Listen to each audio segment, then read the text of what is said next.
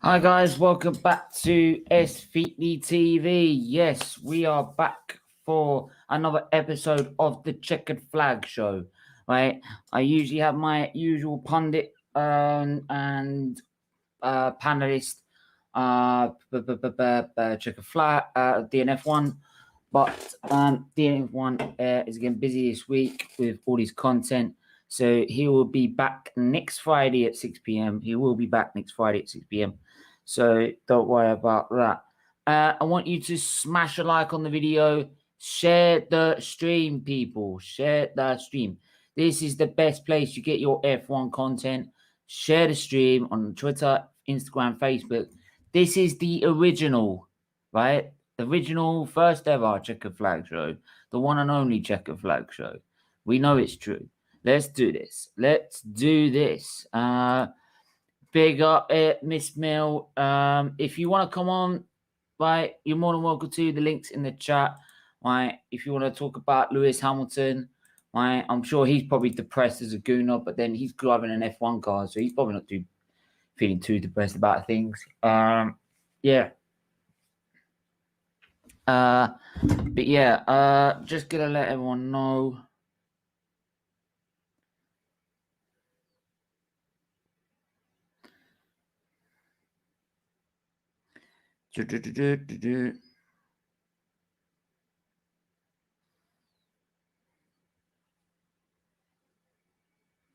So, yeah, so I'm now live. We're now live and ready to go. So let's get into the latest F1 news. Oh, come on. So obviously we've had practice for the Spanish Grand Prix. Hamilton tops the practice sessions. From practice 1, practice 2. Are Red Bull sandbagging or are Mercedes ahead? This is what I would like to know, and this is what I'd like to debate. So if anyone wants to come on, Brethren John, if you're there, I've just sent you the link as well. You've got the link. I'm now live, so yeah, feel free to come on.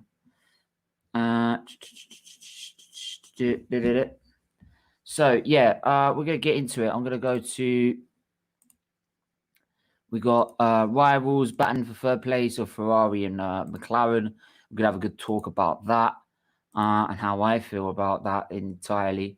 I'd love to hear your thoughts. And I'm gonna discuss about the origins of Red Bull racing, where they originally came from. So yeah, so let's get into it. And it does link to actually the third episode of F1 Legends, which is about Jackie Stewart. Let's have a look at the Spanish GP 2021 F1. Right.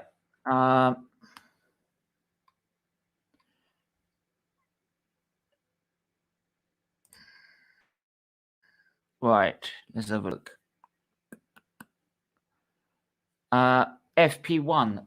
Bottas has topped the first practice session in Spain. Here we go. I'm just going to quickly share this, guys. Do please share the stream. Share the stream, right? Don't forget, this is still for charity, right? We are in a process of getting monetization. We are about to be monetized, right? We have done everything. We've got the 4,000 watch hours.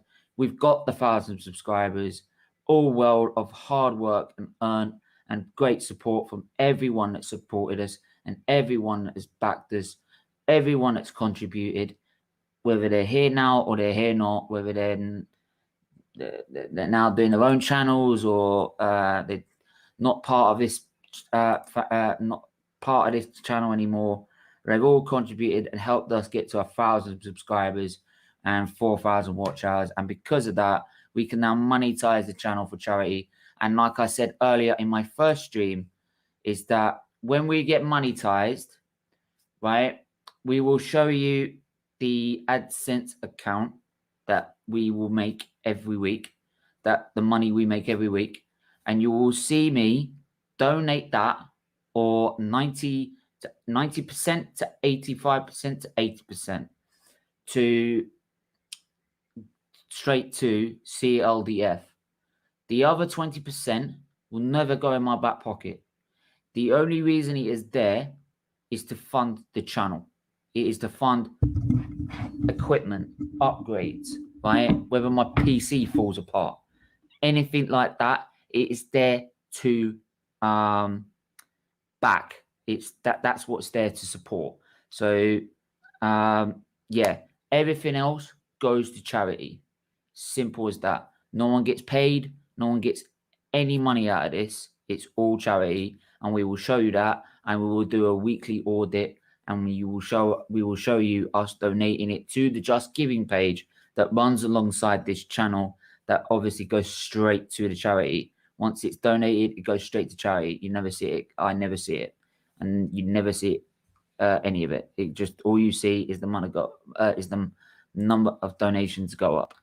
So yeah, so with that, and now that's cleared up, let's move on. We are now going to move on to the first practice session of FP1. And this is about my debate about Mercedes. Are they ahead of Red Bull? Bottas, again, tops first practice in Spain for Mercedes ahead of Verstappen and Hamilton. This session was paused briefly early for a Nikita Mazepin off and a red flag for 15 minutes, as Robert Kubica, driving in place of Kimi Raikkonen, which is good to see him back, beached his Alpha at turn 10. As Barcelona didn't host pre-season testing for the first time in 2014, drivers were keen to test the track with the 2021 cars and try out the reshaped turn 10 too. The turn 10 corner has gone back to its original design. It's gone back to the original design of one massive loop.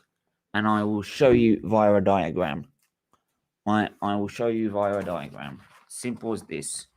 It's so simple as this. Right, let me just show you.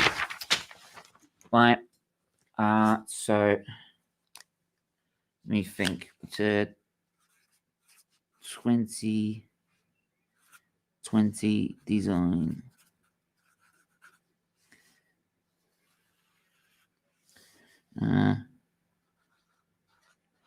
2021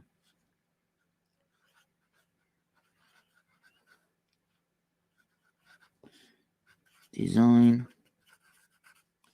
Right, so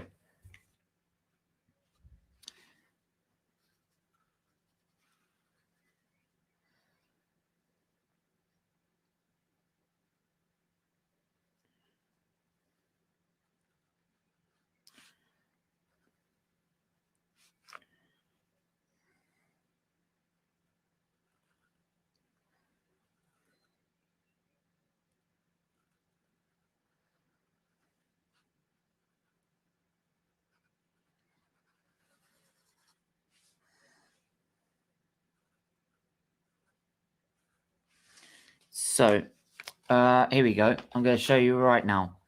And how do I do this? Single solo layout. Right, here we go.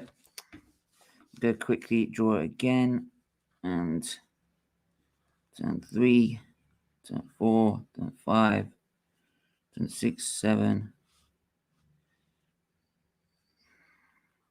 9, turn 10, turn 11, turn 12, turn 13, 14, 15. Simple as that. So,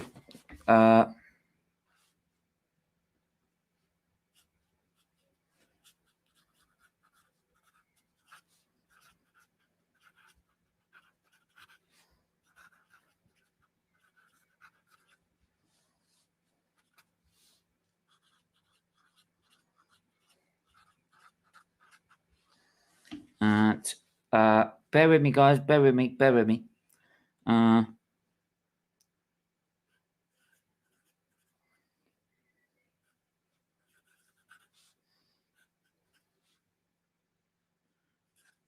from 2004 to 2020.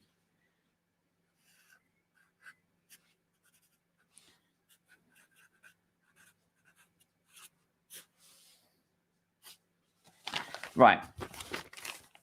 As a layout of the circuit. Now, here's turn 10. You can see how sharp the bend is. And there's another little cross section. Right? Another little chicane before the next right-hander. Now, look how it's changed. It's now one looping corner, as it was back in 2004, before they made the other design. So, will that improve overtaking? It can do. It can do. If someone gets a good run with DRS down there. And it can do. The straight is a little bit short, so they're probably still going to struggle. Do leave your comments below. Do you think it's going to improve overtaking?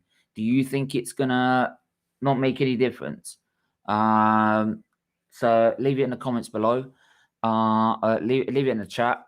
Make your thoughts known in the chat. Do like and share share people. You know anyone that loves F1, get here and get them to check this channel out. Best place to watch F1 by far. Right. Driving in place of Kimi Räikkönen. Let's go back to the... There you go. Let's go back to the original story. Yeah, as Barcelona didn't host a preseason test, with the reshape turn 10, beginning the season on hards, as all other drivers bar home favourite Fernando Alonso. Hamilton switched to softs halfway through to go top of the timesheets with a 118.6, but his teammate Bottas beat that benchmark with an 18.5. So only one, with only a tenth and 200ths off. Had a near miss as he almost rear-ended a slow Carlos Sainz on the racing line, but unfortunately avoided contact in the diamonds of F. Maybe that will result in a penalty for actually Carlos Sainz, which would be a shame, but you can't do that. You can't stay if you're a slow car and someone's trying to do a fast lap, you cannot be on the racing line. You need to move out the way, right? And if that's the case, that's dangerous driving, and Carlos Sainz could end up getting a penalty for that.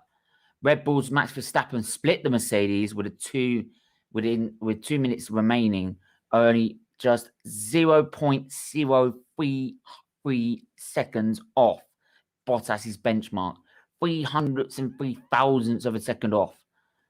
3.3 hundredths off Bottas's benchmark with a late switch just off tyres.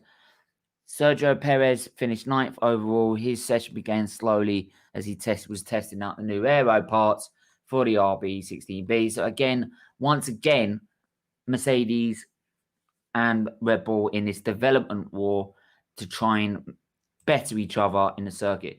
Because when you have a title fight as close as this, what happens is you have a massive development war between the two teams. Now, if any of the other teams see this and decide to focus on next year's car, they could end up getting an advantage with all that development and work on next year's car in terms of design and layout and starting to build and everything and starting to understand the rules, rather than the two teams that are fighting it because they're so busy diverting all their resources to attention to try and win the championship. So the more money you have available for the next session, the better. Nikita Mazepin brought out a brief caution to the 4 minutes into the session. 4 minutes into the session, locking up his hat at turn 8 and going off into the gravel before reversing out and back on track. The Russian finished 20th, and his teammate. Do you know what? I feel sorry for Mick Schumacher. He's in that bloody. He's in that car.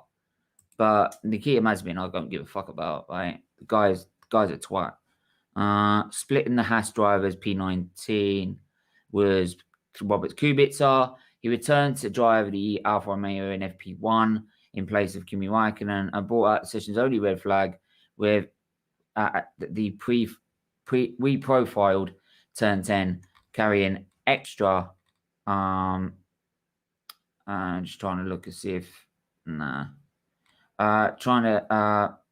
carrying too much speed into the car, beaching his gravel at the runoff with 15 minutes left of the session. Giovinazzi finished high up the table in 11th. Roy Nissany took the place of George Russell and finished 17th, ahead of Schumacher, half a second off his teammate Latifi in 16th. We are looking at the full results here. And I don't...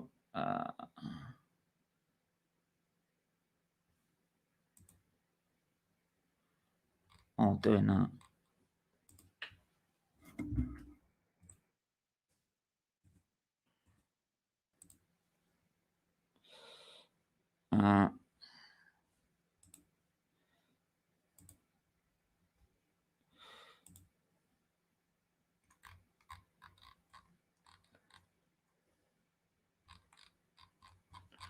Hang on.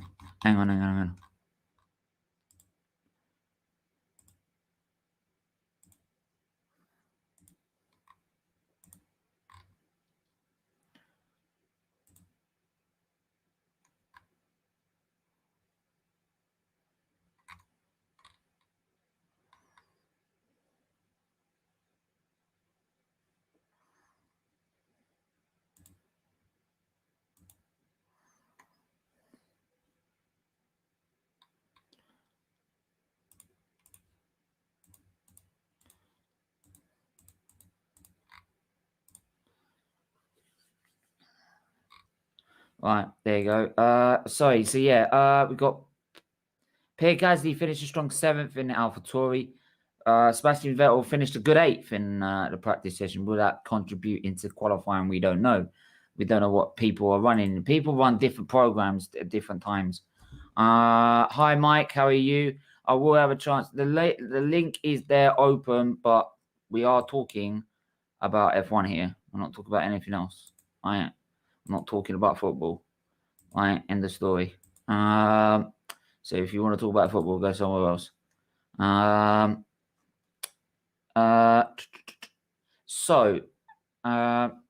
We'll have a look at that from the standings up. Let's have a look and look at FP2.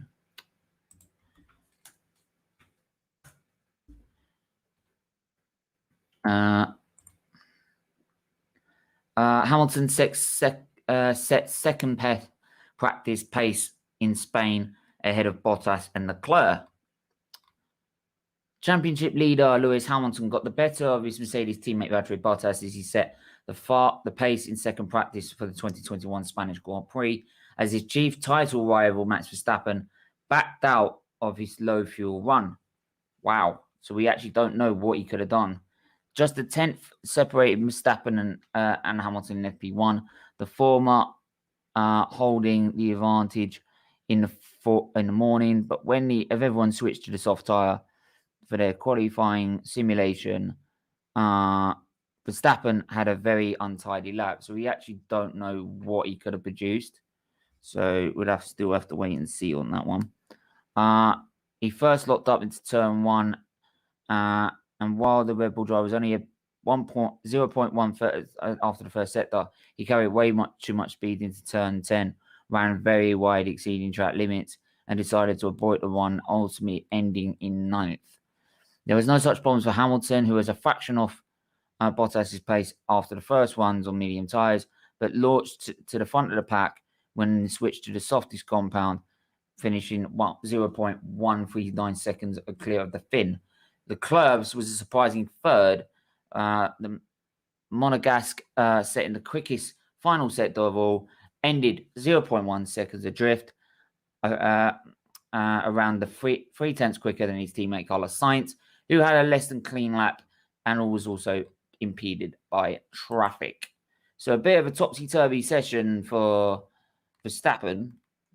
bit like business back to usual for Hamilton for the two title rivals. Alpine did their very good runs on your low fuel, fourth and fifth. Obviously, we don't know what Max Verstappen and Carlos Sainz could really get out of the car because they had scruffy laps, but that's promising signs. McLaren, did they do a practice one? Didn't look like it. Not by those times. Surely it didn't. If they do, they are way off the pace and they are in trouble. Vettel in 11th. That Aston Martin has been poor.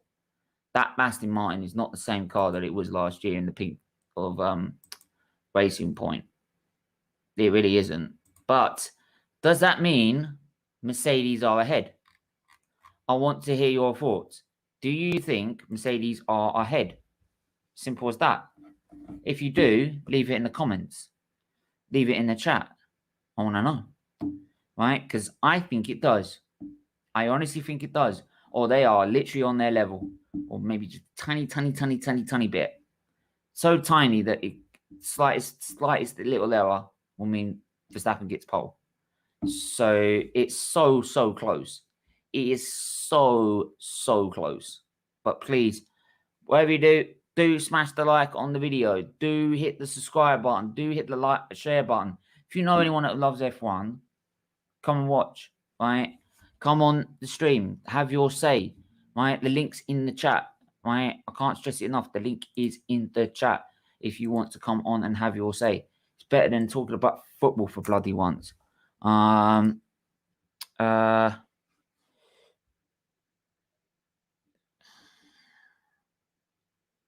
Right. Brethren John, I'm live now, mate.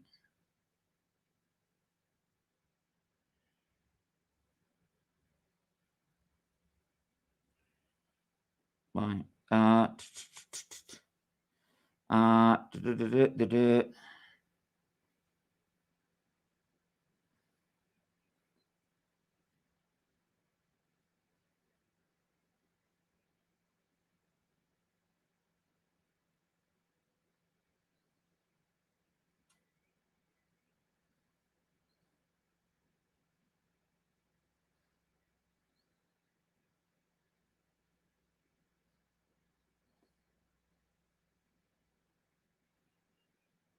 Sorry, just going to answer that.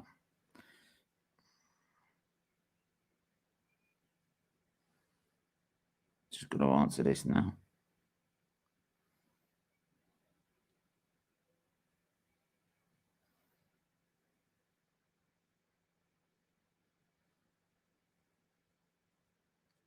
Where is it? There it is. There you go. Right. Yeah. Sorry. Here we go. Why am I got Conky out on it? Why am I got Conky out? I don't want to know about Conky out. I want to hear about Team LH. Team LH. Right. Hashtag still I rise. Still I rise. There you go. Still I rise. There we go. Still I rise, people. Still I rise. Let's talk about, obviously, Red Bull. We're talking about if Red Bull have fallen behind. If they have, they've missed a golden opportunity because they started with the faster car. And out of the first 3 races with the faster car, they have won 1.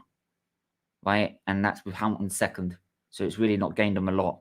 And that is not good. That is not good news for Verstappen and Red Bull for their title hopes. They needed to win at least 2 of those races. Right, but they were outplayed in Bahrain. Right, they were outpaced in Portimao, and Imola. If it weren't for the mistake by Hamilton, I would have think Hamilton would have taken the lead.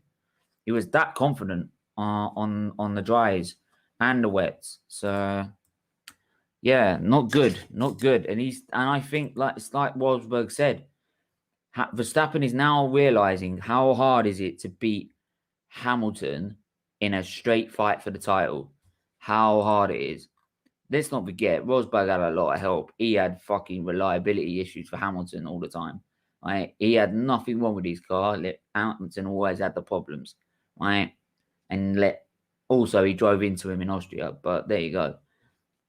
But he's realizing how hard it is to beat Hamilton in a straight fight. Especially like he's now fully developed as one of the best drivers ever in Formula One, and the best driver ever in Formula One, in my opinion. I don't care. Stats don't lie. And these stats don't lie at least. But right, so origins of Red Bull.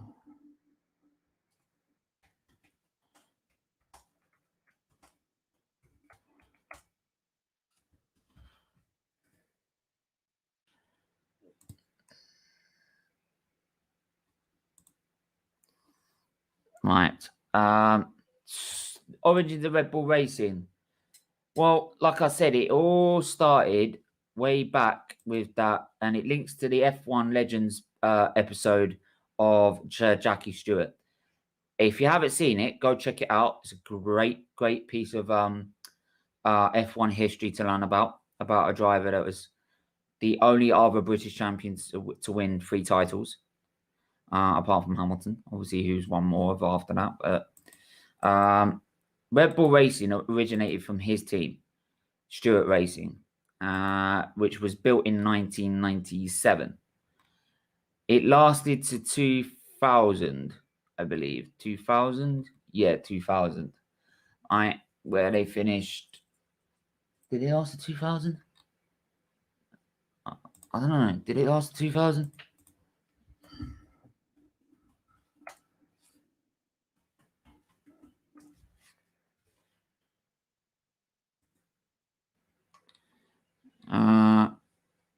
It lasted to the end of the end of the 1990 season, where it was then bought out by Jaguar Racing and renamed Jaguar. It was bought by Ford, bought the team outright, and it was renamed Jaguar Racing. That then lasted 4 years. Brethren, you're the best person to talk about this because it's about Red Bull Racing. Links with you, mate. All right. Feel free to jump on. All right. Links in the chat. So anyone who wants to talk F1, feel free. But yeah, origins of Red Bull. The team's origins are traced back to 1988. Actually, Stewart Racing, when Stewart's son Paul set up Paul Stewart Racing at the end of 1988, when he bought the Gary Evans Motorsport team. His team entered the 1989 British Formula 3 season championship with a workforce of 10 employees. 10. Look how many Look how much how many teams have how many members of staff. And it's not just the mechanics and all the engineers at the race. We're talking about all the engineers back at their bases in like Brackley for Mercedes, Milton Keynes for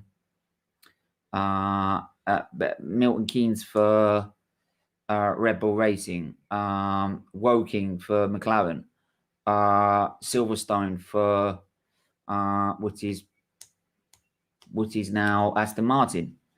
Right, all these teams, they have thousands of people also back at base analyzing the Grand Prix at the same time and engineering new parts. So it takes now, but back then they didn't need that many people. So Formula One has come on a long way. So yeah, so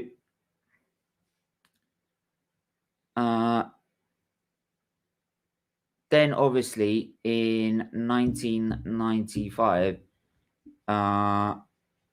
Stewart Racing expressed disinterest in moving up to Formula One, considering short-lived entries like Simtech Pacific and 40 either had folded or looked to fold.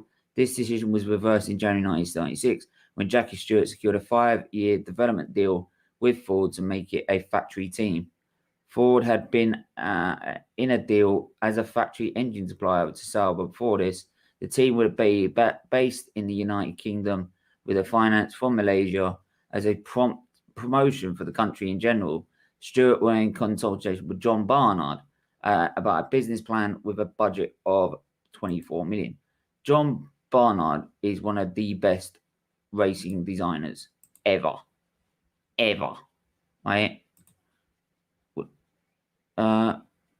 Yeah. Join me. If just join and we'll sort it out. We'll be all right. But like I said, is that their first car didn't do much. The second car didn't do much either. Had a couple of good, decent performances, right? And this was back when teams like that could, if they had a good race, they could end up getting on the podium back then. Then 99 came their one sort of real success. So if you look at 97, they had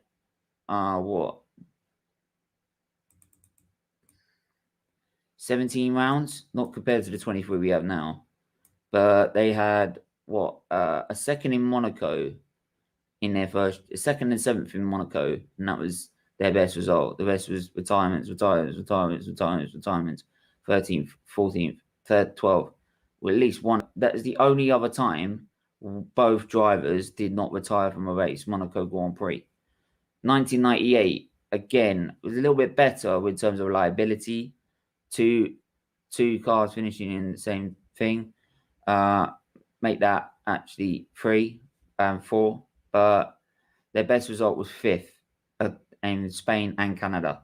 The best ever result as a team was 5th and 6th in Canada. Then 1999 came what was the breakthrough? Well, the one and only real success. They had good reliability throughout.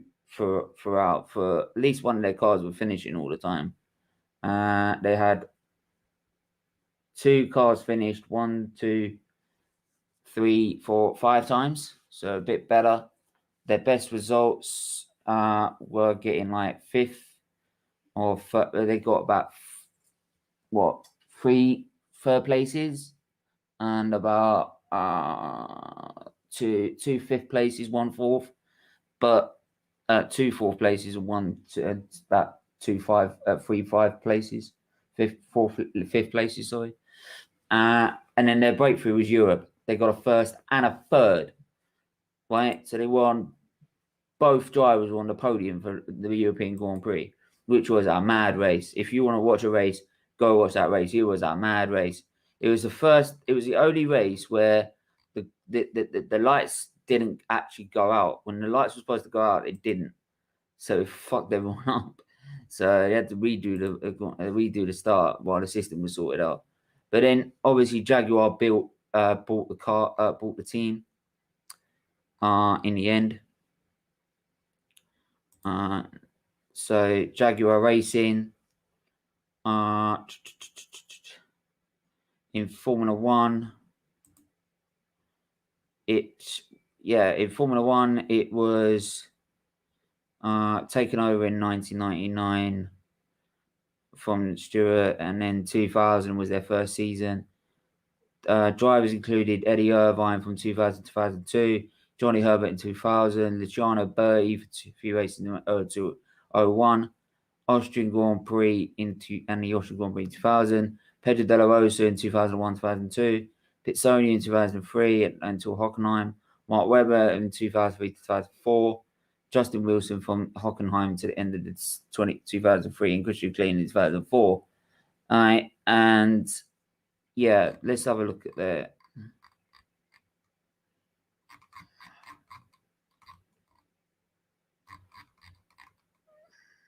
their Formula One results. 2000. Let's have a look at their results.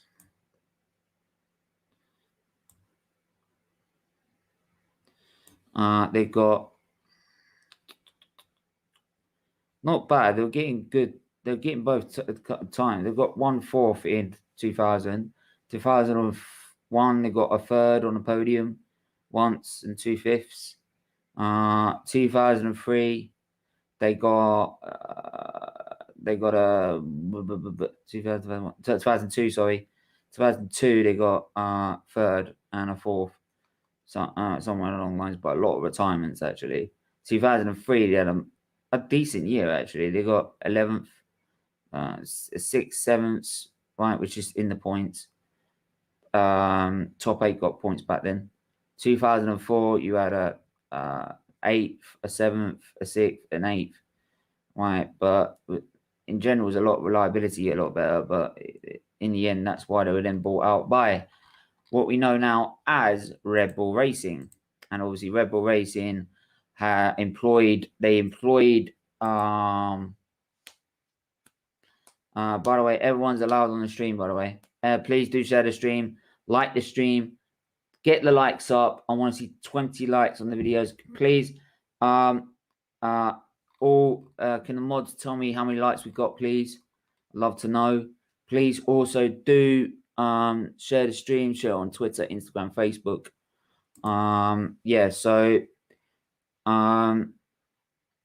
Obviously Jaguar had their own sports cars and other series and that. But yeah, so Red Bull Racing ended up taking it over in 2005. They employed Christian Order with Team Prince, with Helmut Marko as advisor. And they bring in Adrian Newey. When did they bring Adrian Newey in? Car, F1 career, Williams, McLaren. They brought him in 2006, actually. He was with McLaren 2005 till 2005. Then he brought him in for 2006. And obviously, we all know the story with Horner, Christian Horner, Adrian Newey, and Sebastian Vettel, who was promoted through their academy team. Was backed by the Red Bull Academy. They set up their own academy. This is how serious Red Bull Racing were, and what Marko was. Right, they bought the Austrian Grand Prix circuit at one point and brought it back in 2014 under the Red Bull ring. Right, they've done set up the driver academy in 2005, 2006. Then they were bringing through drivers like Christian Klein and their Red Bull Academy drivers. And they've always tried to make sure they gave their Academy drivers the chance, not try and buy someone from other teams that are already in the sport. So that's what I do love about them, actually. I do like about them. They have Ferrari engines, a Cosworth engine 2005, a Ferrari engine 2006. Then they went to Renault until 2015. It was then branded Tag Heuer to try and keep the name off them. Then obviously 2022, they've now just set up their own Red Bull maintained Honda engines. So basically Honda are going to give them the engine, they maintain it and work on it. Works engines obviously for Honda for 2016 to 2018 with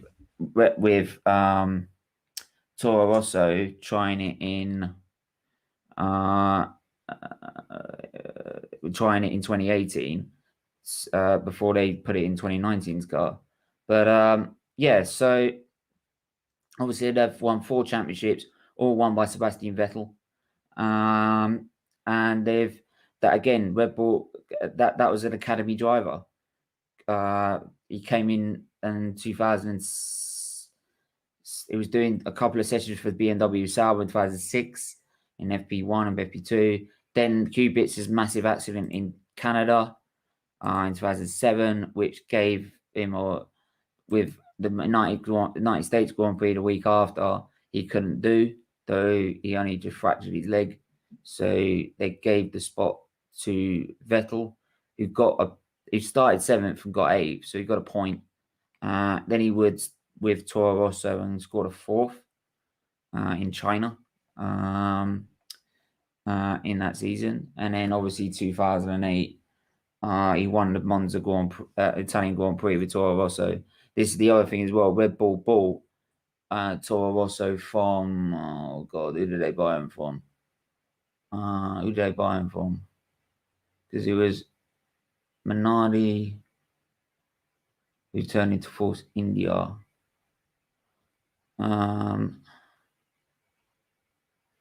That was Midland, then it was Spiker, then it was Force India, so that's Midland. Minardi Minardi was bought. Yeah, Minardi was then bought out by, because it used to be Jordan Minardi in 2005. Then 2006, Red Bull decided to help with their driver academy and promote their youth drivers to buy out Minardi, who were broke because they were permanently at the back all the time. They then bought them out. They funded drivers like drivers like Vettel and all those young drivers to then give them a chance in F1 by putting them in the 2 seats at Toro Rosso and getting them to prove themselves in Formula 1 before they made the step up to Red Bull, right? And actually, to be honest, before they became good in 2009, with the whole changes to the air, to the aerodynamics and the whole aerodynamics of the car, it was actually sometimes Toro Rosso outperforming Red Bull. And then obviously 2009 is where it all took off with those changes in the rules, with the double diffuser and how they perfected that. It was unreal. So it made them dominant for 4 years straight. In 2009, if it weren't for Red Bull, if it weren't for Brawn having such an advantage with that diffuser at the start of the season, Red Bull would have caught them if they had 23 races that season, not 19. They would have caught them by the end of the season because Brawn didn't have the money to keep funding the development of the car, especially if they wanted to stay into 2010. Sorry. And yeah, but obviously we've had drivers now coming like Alex Albon, Pierre Gasly. Obviously they've had to go to Perez because they've tried them all and it ain't worked. I think that's because the Red Bull car is too suited to Max Verstappen. But like I said, you've got to hand it to Red Bull. They took a team that was not going anywhere and invested a lot of money into it, which you have to do in an F1 team. And look where they are now. So full credit to them. Obviously they've had their throne after 2013 taken from them quite convincingly and fairly well deservedly. Mercedes, who outclassed everyone in 2014 with the design of the car, and you can go back to F1's Perfect Formula, episode 2 of the 2014 Mercedes, and you can that explains why. But they were so brilliant, and obviously Mercedes have dominated ever since, and Red Bull have had to try and fight back, and gradually now with Honda engines they're gradually getting it. But again, right, they need to start taking advantage. They need to hit back now. When I mentioned old rivals in the preview, I'm going to make sure you mention this before I stop. Old rivals for third place, or rivals for third place, I said. That's old rivals McLaren and Ferrari. In my opinion, McLaren or Ferrari are fighting it out for third, right? At the moment, it looks like maybe Ferrari have the edge, actually. McLaren don't look that very strong in the last couple of races. But this is going to be throwing left, right, and centre. And whoever decides to focus on development and getting third place, and who decides to get 2020 focus on 2022, is going to decide who wins that championship, who wins that battle for third place. And it's a lot of money at stake, especially with the budget caps. It makes it vitally more important to get as much investment as you can. But you have to also look at next year's car, because if you don't and you get caught out and you get it wrong, it could cost you, right? Especially with the fact that you can't develop the car not that much in the new rules, because it's going to be very restricted to cut the costs. So this is the whole thing, is to help to cut costs as well. And if you're stuck in parts that you can't change or develop and you don't get them right, then you're screwed. So, or you can't do very little development on them anyway.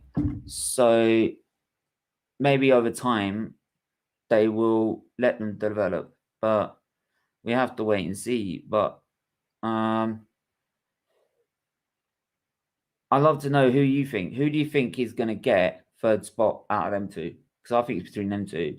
Who do you think is going to get it? Right, Leclerc, the Sainz in them, Ferrari, Orlando Norris and Dan Ricciardo in the McLaren. They've got two very good driver lineups. Right, Leclerc and Norris, I think, are on the same level. Norris is that good of a driver. He outperforms that car all the time, same as Leclerc does. Ricciardo, I don't know. Ricciardo is like on Sainz's level as well. Sainz is very underrated. He's a very talented driver, right? And Daniel Ricciardo, let's be honest, right? That last season with Red Bull, he was showing Verstappen how to overtake, right? He was showing Verstappen the ropes. But there you go. Yeah, we'll have to wait and see, mate. We'll have to wait and see, everyone. But what I do know is that there's a lot of questions still to be asked in this season. I will go through some more news before I get to the preview itself. F1.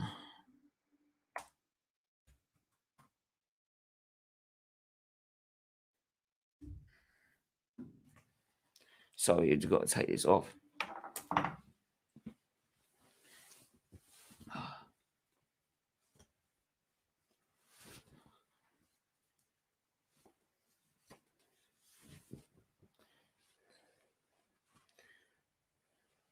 Sorry, excuse me a minute, guys. Fucking boiling.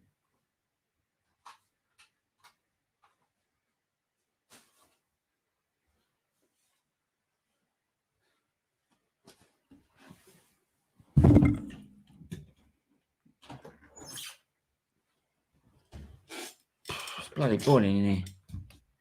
Absolutely boiling in here. But there you go. F1 news. Type that in. There you go.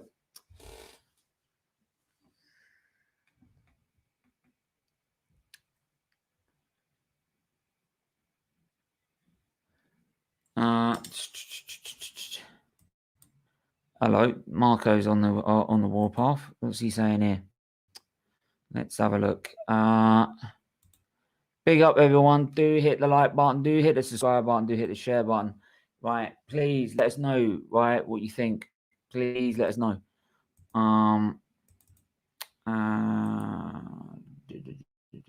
Let's have a look. Agree and proceed.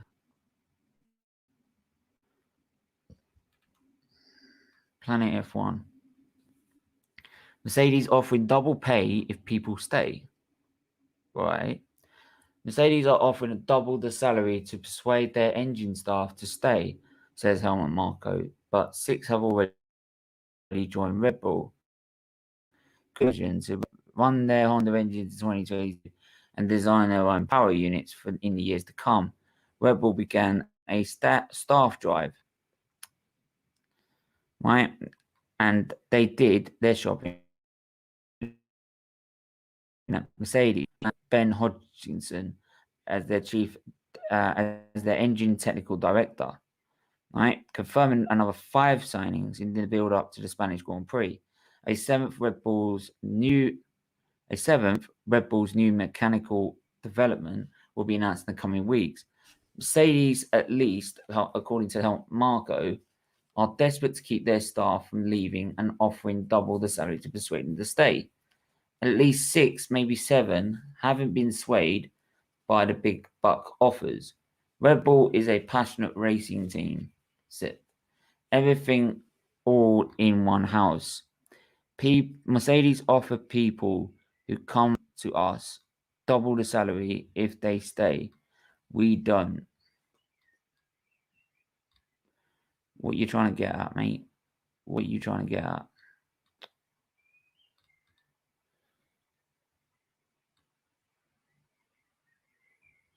Oh, here we go. Oh, here we go.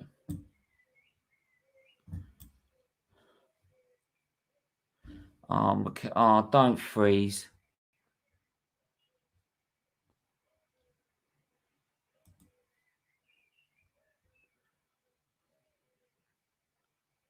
Sorry, guys. Give me a minute. But yeah, what do you make of it? Do you think that's good? Right? Are you angry over that? Right? Are you not bothered? Right?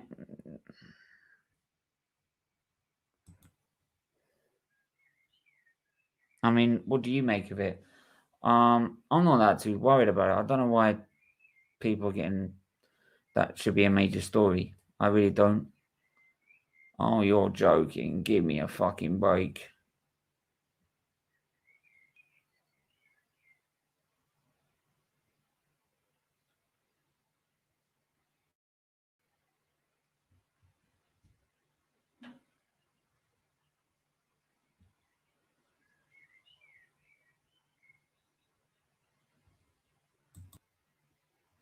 Right, there we go. Anyway, sorry about that. I'm gonna have to sort this. I'm gonna try my other computer in a minute. But yeah, I'd love to know what you think. Do you agree with that? Do you think it's outrageous? Do you agree with Mercedes trying to convince their team to stay? I'm not too worried about it. I don't get why people are. But yeah, well, Spanish Grand Prix preview coming up at 8. So please do hit the like button, do hit the share button, do the subscribe button. Make sure people know about the preview. I've got guests coming on for that. Don't you worry. Right. And I'm sure I'll open the lines up and let anyone else come on and have their say. But we are out of time. I am running out of time on this. Right. That's my news stories for today. But yeah, we'll wait and see. I will look at about Tech Talk at something like that at some point and give you the latest lowdown during the watch along on the latest tech, the latest upgrades, everything like that. But until then, everyone, stay safe, stay well, right? Make sure you tune in at 8 for the preview. Until then, take care. Bye bye.